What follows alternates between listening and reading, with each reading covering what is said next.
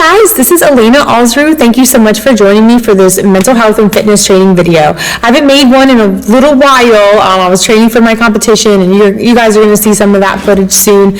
But I wanted to address a really important topic that really played into my competition this past week, and it is something that I'm really passionate about. I'm going to talk a little bit about emotional regulation and how training can really help you with that. So many times people come into my office and they have out of control emotions. It could be anger, it could be sadness, it could be anxiety, there could be panic attacks, depression where you don't have the energy to do anything, or you're hurting people you love because you're so angry.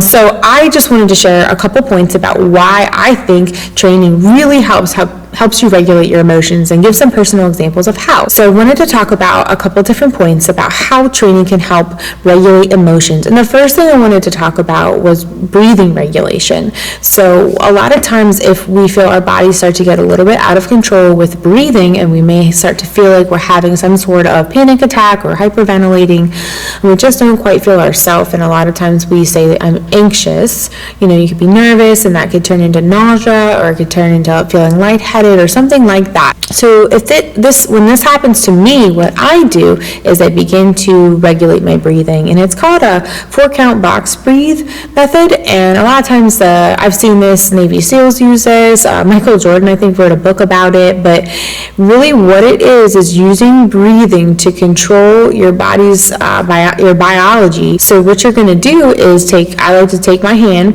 and I like to do a 4-count breathe. So what you're going to do is you're going to breathe in for 4 seconds, you're going to hold for 4 seconds, and then you're going to exhale for 4 seconds. If you can't do that, you're going to do the 3 seconds. So 3 seconds in, hold for 3 seconds, and then exhale for 3 seconds. And all this is doing is beginning to tell your body, like, we're in control of our breathing. It's dissipating.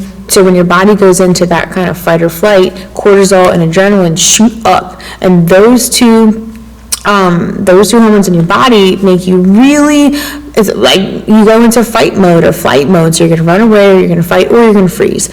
So the important thing to do is to begin to regulate those two hormones in your body so that you can think clearly. And a lot of times when your emotional response takes over and your body's physiological response presides over the situation. So breathing is one of the best things to do to regulate your physiological response of panic in the moment. And now training is really helpful for that, because we work constantly on breathing and bracing, and regulating breathing is one of the most important things when you're going for a squat or a deadlift or anything.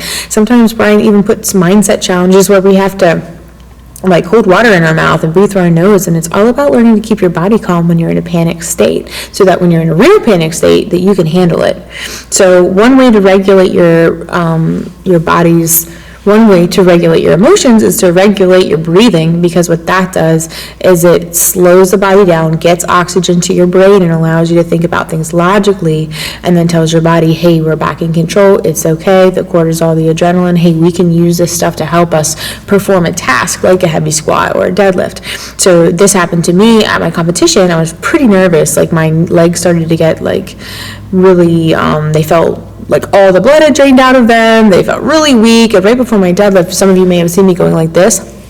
I was getting that kind of salivating, tight response in my mouth that you feel when you're really anxious. And so what I was able to do was I did the breathing in the moment. There might be a video of me doing it. I laid on the ground, I stood up, I did my 4-count breathe, and I was able to get my body back under control, and I hit a 305 deadlift in the competition. So I really think that was super helpful for me, and I just wanted to pass that along to you guys as one way to control your body and your emotions and how the gym can really help you with that.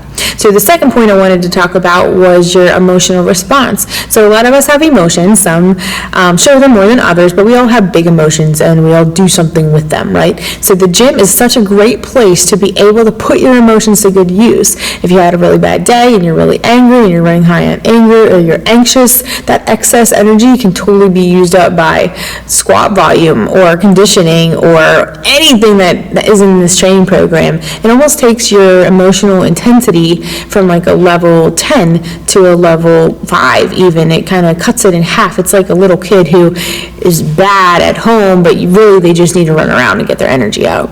And then also on the flip side, if you're someone who's struggling with depression and you really don't have a lot of energy for life, a lot of times you need to get your blood pumping, you need to get your body's natural medications, which are like endorphins and serotonin, going through your body and increasing it to be able to find some more, to get that good mood feeling. Also, for people who are, again, with depression or anxiety or anger or any big emotion, you're going to get more of the serotonin and more of your body's natural feel-good hormones, neurotransmitters, because you're doing high-intensity training, and that's totally proven to be able to help your mood.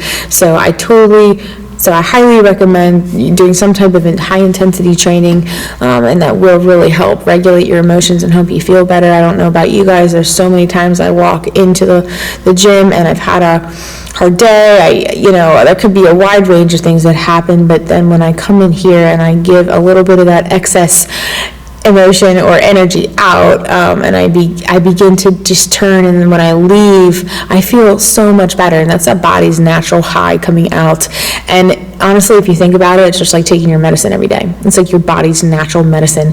You just need to kind of put in the work to get that out. So I really recommend, if emotional regulation is such an important part of life, so we don't make decisions we'd regret. We don't want to operate out of like the amygdala, which is the emotional response part of our body. We want to operate out of that like higher level executive functioning. So we want to use our emotions to teach us stuff, because they're so important. You could be angry for a very good reason. You could be sad for a very good reason. You could be anxious for a very good reason. But we want to try to take the intensity out of it, so you don't operate out of that emotion and end up kind of making decisions you might regret, hurting someone or just being toxic to be around, right? So through the lifting process, you can be able to work that out, so you can begin to think about your situation logically, name your feelings, because it gives you a little bit of power over what's going on. You can label them and say, hey, I'm feeling this, and then talk to someone about it, maybe a training partner, maybe someone in the group, and then you're going to feel 1,000 times better just by even labeling your emotion, talking to someone about it, and then giving off like excess energy to giving it to lifting, giving it to running, giving it to resistance training, and accomplishing a goal. So, I can't speak enough about how much training is so good for your mental health from an emotional standpoint. The third thing that I wanted to talk about was your thought life, right? I talk a lot about thoughts. Whatever you think about the most grows. So many people have said that, but I'm just going to quote Dr. Caroline Leaf. Whatever you think about the most grows.